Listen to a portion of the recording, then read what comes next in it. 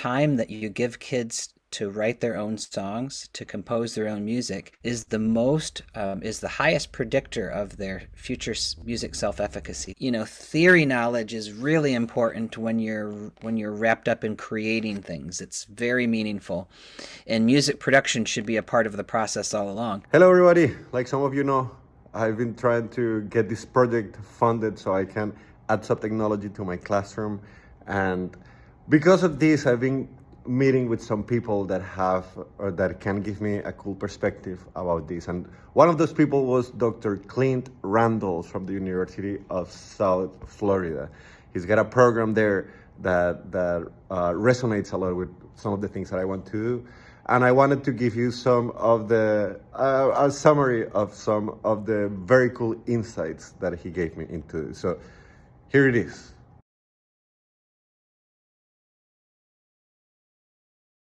You know, we know that the students that you teach, you know, spend about 3.5 to 5 hours a day listening to music. That's amazing. I mean, can you imagine for the math teacher if they did that before they got to their class, right? We're trying to acknowledge that first of all. So most music programs don't. It could be popular or not. I write about this in the book. A lot of times it is popular. A lot of times it's not classical or jazz, which accounts for about 3% of the music that's sold in the world. It's the 97%, right, of music. So we acknowledge that and we leverage that with the goal of connecting them to the world of music making that happens to be performed and recorded in the world.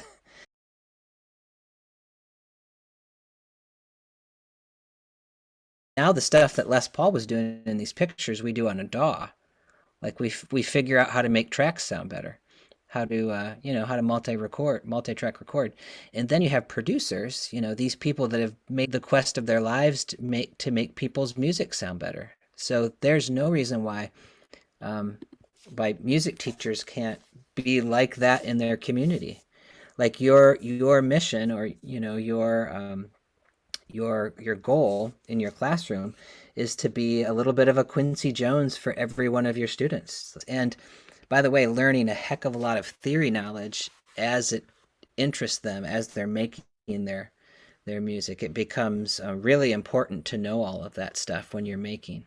At the end, I thought it was very cool to see that if we include all kinds of music in our classroom, we can make better use of the music experience that our students already have. And we can incorporate composition and then have just music theory as something that the students would need to use in order to create cool things, and that would make them cool musicians, better musicians.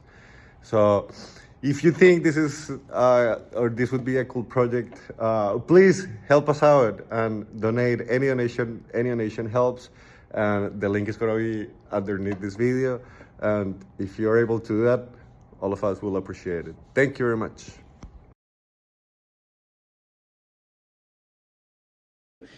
So we perform and we record. In music, we should be doing half of those things. 50% of what we should do is be making albums, recording albums.